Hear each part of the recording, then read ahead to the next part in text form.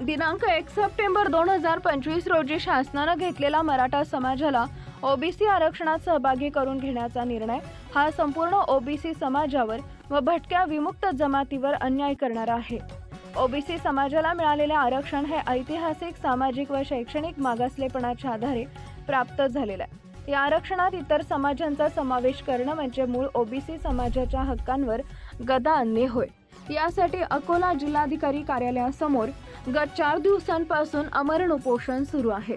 वरील अमरण उपोषणाला आपण एक ओबीसी बांधव उपस्थित राहून प्रत्येक गावातून आपला पाठिंबा दर्शवावा।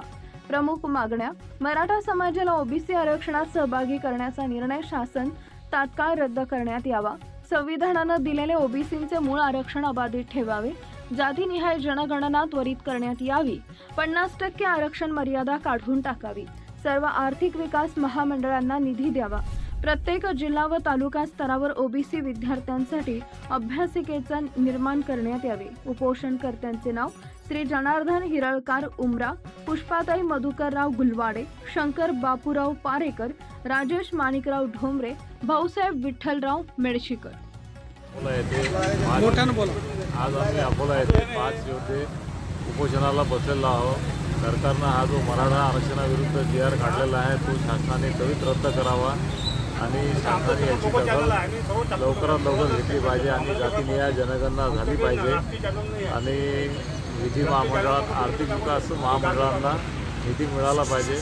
आणि आमची अशी विनंती आहे की आम्ही 3 दिवसापासून इथं उपोषणाला बसलेलो आहोत, पण अजूनहीपर्यंत कोणीच इथं आम्हाला आमची दखल घ्यायला आलेली नाही। याच्या अगोदर आमचे 4 हे शहीद झालेले आहेत, ओबीसी बांधव शहीद झालेले आहेत। अशीच आमची शासनाला विनंती आहे की तुम्ही त्याची वाट पाहू नका। आम्ही सुद्धा इथून होईपर्यंत, तुमचा निर्णय येईपर्यंत आम्ही इथून उपोषणावर उठणार नाही, ही शासनाने दखल घ्यावी। ओबीसी आरक्षण बचाव समितीतर्फे आज आम्हाला उपोषणाकरता आम्ही 5 योद्धे बसलेले आहोत। शासनाने हा जी.आर. 1 सप्टेंबरला जो काढलेला जी.आर. आहे हैदराबादच्या गॅजेटनुसार तो रद्द करण्यात यावा आणि ओबीसीची जनगणना करण्यात यावी आणि जे योद्धे आहेत त्यांचे अन्याय होऊ नये या ओबीसीवरती, त्याच्या 19% जे आम्हाला आहे ते आम्हाला देण्यात यावे। त्याच्या आम्ही मराठ्यांना द्यावं असा नाही द्यावं असा आमचा उद्देश नाही आहे, पण आमच्या 19% याला आरक्षणात धक्का लागता कामा नये हीच माझी विनंती आहे।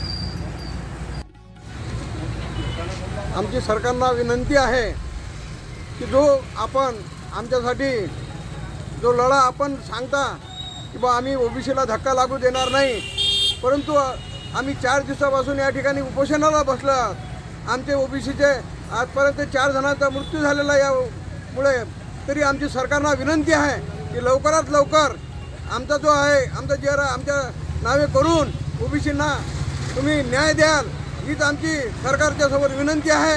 आम्हाला आशा आहे की लवकरात लवकर सरकार आम्हाला न्याय देणार, त्यासाठी आम्ही आमच्या उपोषणाला बसलेलो आहोत। आमची विनंती आहे की लवकरच आमच्या उपोषणावर किंवा महाराष्ट्रामध्ये जो ओबीसीवर अन्याय होत आहे तो तुम्ही दूर कराल, हीच आमची विनंती।